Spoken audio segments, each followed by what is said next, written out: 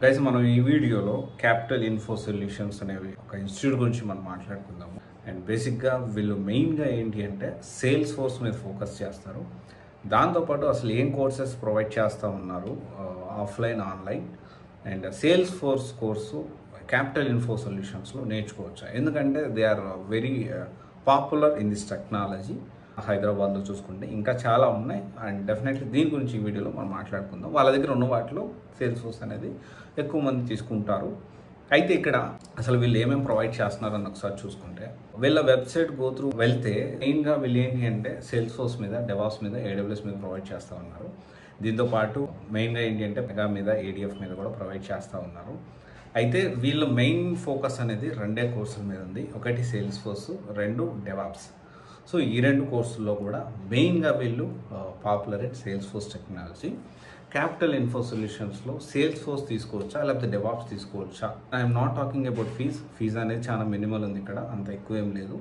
కానీ ఇక్కడ మనం అర్థం చేసుకోవాల్సిన విషయం ఏంటి అంటే ప్రాపర్గా ఆన్ టైంకి సిలబస్ కంప్లీట్ చేస్తున్నారా లేదా అనేది మనం ఖచ్చితంగా తెలుసుకోవాలి. అండ్ బ్యాచ్ సైజ్ ఎంత ఉంది అని తెలుసుకోవాల్సిన అవసరం ఎంతైనా ఉంది. అండ్ ఇంకోటి వచ్చేసి ఏంటి అంటే రోజుకు 1 గంట క్లాస్ చెప్పేసేసి లేకపోతే ఒక 2 గంటల క్లాస్ చెప్పేసేసి వదిలేసేస్తే ప్రజెంట్ అయితే జాబ్ వచ్చే పరిస్థితి లేదండి. సో ఖచ్చితంగా ఏంటి అంటే 1 or 2 hours క్లాస్ చెప్పిన తర్వాత మిగతా టైం అంతా కూడా ప్రాపర్ ల్యాబ్స్ అంటే ప్రాక్టీస్ చేసుకోవడానికి ల్యాబ్ ఉండడం అనేది ఖచ్చితంగా మ్యాండేటరీ అయిపోతుంది ప్రజెంట్ ఉన్న సినారియోలో.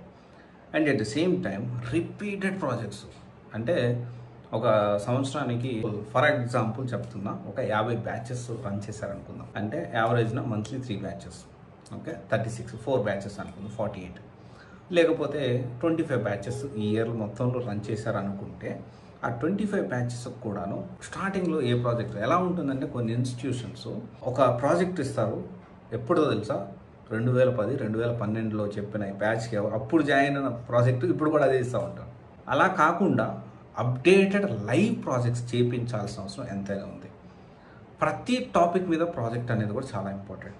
ఎగ్జాంపుల్ సేల్స్ ఫోర్స్లో క్యాపిటల్ ఇన్ఫో సొల్యూషన్స్లో సేల్స్ ఫోర్స్ కోర్స్ తీసుకుంటూ ఉంటే మీరు సేల్స్ ఫోర్స్ అడ్మిన్ మీద ఒక 1 or 2 ప్రాజెక్ట్స్, అండ్ డెవలప్మెంట్ మీద డిఫరెంట్ సినారియోస్ ఉంటాయి, అండ్ లైట్నింగ్ మీద అండ్ LWC మీద ప్రతి ఒక్క దాంట్లో అప్డేటెడ్ లైవ్ ప్రాజెక్ట్స్ ప్రొవైడ్ చేస్తున్నారా లేదా అనేది మనం ఖచ్చితంగా తెలుసుకోవాలి.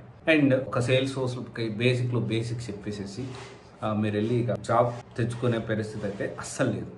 సో క్యాపిటల్ ఇన్ఫో సొల్యూషన్స్లో మీరు జాయిన్ అయ్యే ముందు, జాయిన్ అవ్వాలా వద్దా మీరే డిసైడ్ అండి. కానీ జాయిన్ అయ్యే ముందు బ్యాచ్ సైజ్ ఎంత ఉంది, కోర్స్లో ఏమేమి కవర్ చేస్తారో, కంపెనీ రిక్వైర్మెంట్స్ ఎలా ఉన్నాయి తెలుసుకోండి. అండ్ ఎన్ని ప్రాజెక్ట్స్ ప్రొవైడ్ చేస్తారు, real time updated projects. And ఈ ప్రొవైడ్ చేసే రియల్ టైం అప్డేటెడ్ ప్రాజెక్ట్స్ మీ రెజ్యూమ్లో, మీ పోర్ట్ఫోలియోలో యాడ్ చేసుకోవచ్చా?